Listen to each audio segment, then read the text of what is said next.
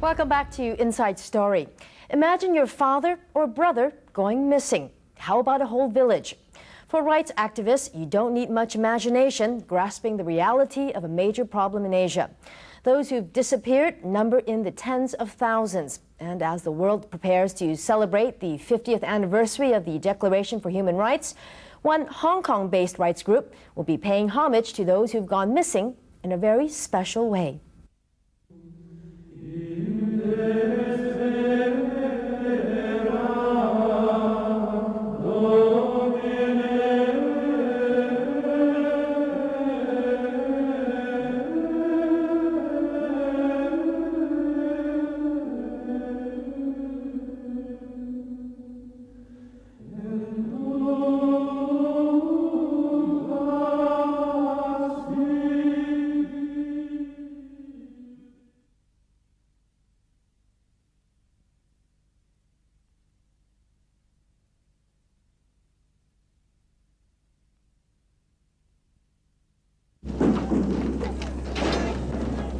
Events that started in South America, or came to the fore in South America back in the 80s, and very topical in many parts of Asia. Indonesia, Cambodia are particular examples, but they're not alone and they're not unique. What's not unusual are disappearances, tens of thousands of them in Asia. Most are politically motivated. Most of the victims are the young. 23-year-old Suyat is a student at the Slame Riyadi University in central Java. A member of the National Committee for Democratic Struggle, he was last seen in February of this year. He was abducted from his parents' home by men claiming to be security officials. Y. Muhyiddin is 22 years old. He was last seen in North Jakarta near his home on May the 14th, 1998. Police said they detained him for 2 days. After his release, his whereabouts are unknown. The events in Aceh, again in Indonesia, again where mass graves have been uncovered. Who was responsible? The army deny all responsibility. There's no official government acknowledgement that it has happened or they know anything about it. But it is a concern of ours, and that is quite different from what Amnesty has done in the past, where we have identified specific abuses by the authorities, by government. They've wrongly imprisoned someone, someone's been tortured. We can identify it. Now we can't in many of these instances because no one's owning up to anything, but someone's doing it. The number of those who are missing in Asia is staggering. Take Sri Lanka, for example. According to rights groups, it holds an unenviable record. Between the year 1989 and about 1992, there was a huge number of disappearances there. Estimated by the government over 30,000. By other people, about 60,000. The UN Commission once noticed in 1990 that in no country they have come across such a number of disappearances within such a short time. In May of 1996, the Sri Lankan military drove out Tamil rebels and took control of the Jaffna Peninsula. Since then, up to 600 civilians have gone missing. 2 months ago, a soldier claimed he helped bury hundreds of Tamils killed by security forces. Amnesty International has charged the Sri Lankan government of delaying an investigation into the claim. And like in Central and South America in the 1980s, disappearances can be endemic, wiping out even a generation of people. I think you had to remember that it's appalling about the Sri Lankan situation, especially the number of young people who have disappeared within 1989 and 1990 period. They amount to about 30% of the total disappearances, and they belong to the age group between 9 to 19. It's these kinds of statistics that have convinced human rights groups to highlight the problem by stepping up their campaign for the international community to act.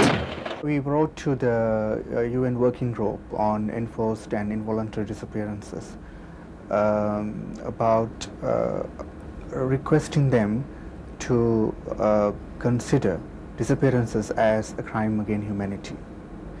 And this is because we know that when disappearances occur, the governments they play a greater role behind these disappearances, and it's basically they are state-sponsored disappearances. And then and also the cases like disappearances they cannot sort of tried within the existing laws within that country. It doesn't fall under crimes. If the UN does consider disappearances a crime, it would be more than a ceremonial move. It could pave the way in aiding international or special tribunals' prosecutions relating to disappearances. It could also mean state officials could be compelled, under oath, to provide information. Their refusal to divulge evidence would itself become an offense. It could also establish a state's responsibility for crimes by a regime, even after the regime ceases to be in power. And lastly, it could significantly change the manner in which the United Nations Commission on Human Rights deals with mass disappearances. I think those sort of problems are going to be increasingly on our mind over the next decade or two, and certainly into the beginning of the next century. But for relatives of those unaccounted for, it's a measure that will surely come too late. People who have so-called disappeared, they are in effect dead, aren't they? They are, yeah. Actually, when we call disappearance, they are dead. But it's very difficult for the family to accept that they are dead, without seeing a body, without seeing any signs. Yeah, this is the case of the journalist who disappeared. To try and help family and friends to come to terms, the Hong Kong-based Asian Human Rights Commission is constructing a memorial for those missing in Asia in an unlikely place. We were trying to find ways to get more publicity, attention on this issue. So while we were been working for a long time, we felt that there should be easy access to this information, and it is as a result of that, we worked on this idea of starting a website.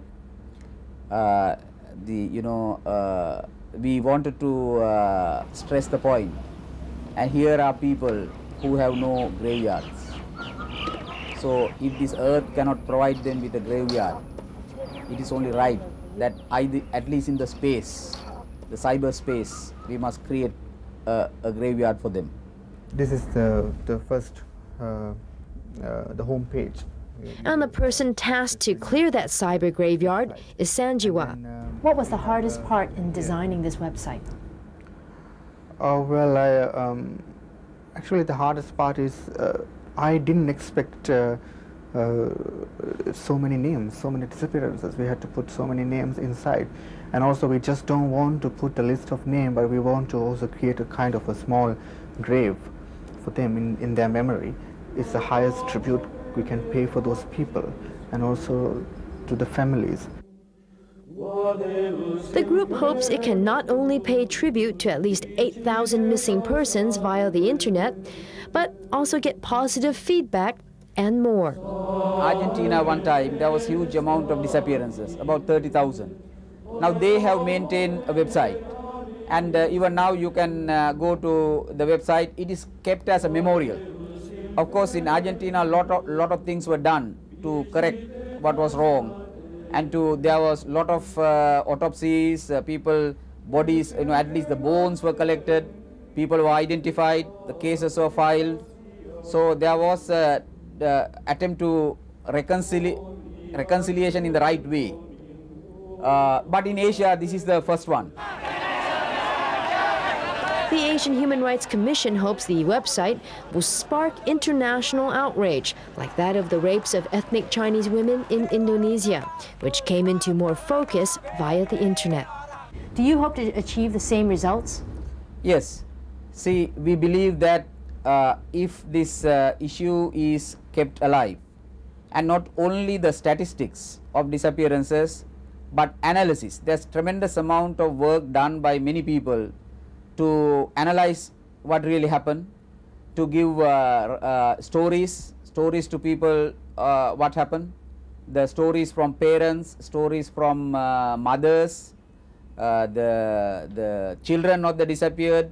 The website will be launched this week to coincide with International Human Rights Day. How significant is Human Rights Day? Well, the day you're referring to is December the 10th, and the Universal Declaration of Human Rights will be 50 years old, and I think that's a cause of real celebration. The fact that, I suppose on the one hand you could argue after 50 years we're still having to fight so hard to get it implemented, but on the other hand it's after 50 years and it's still there and there's still people fighting for it, and although progress may be slow, I think it's sure. We just have to hang in. This wreath, with no name attached, is for you, who has no grave. It is placed beside a road, as the earth which touched you could not be found.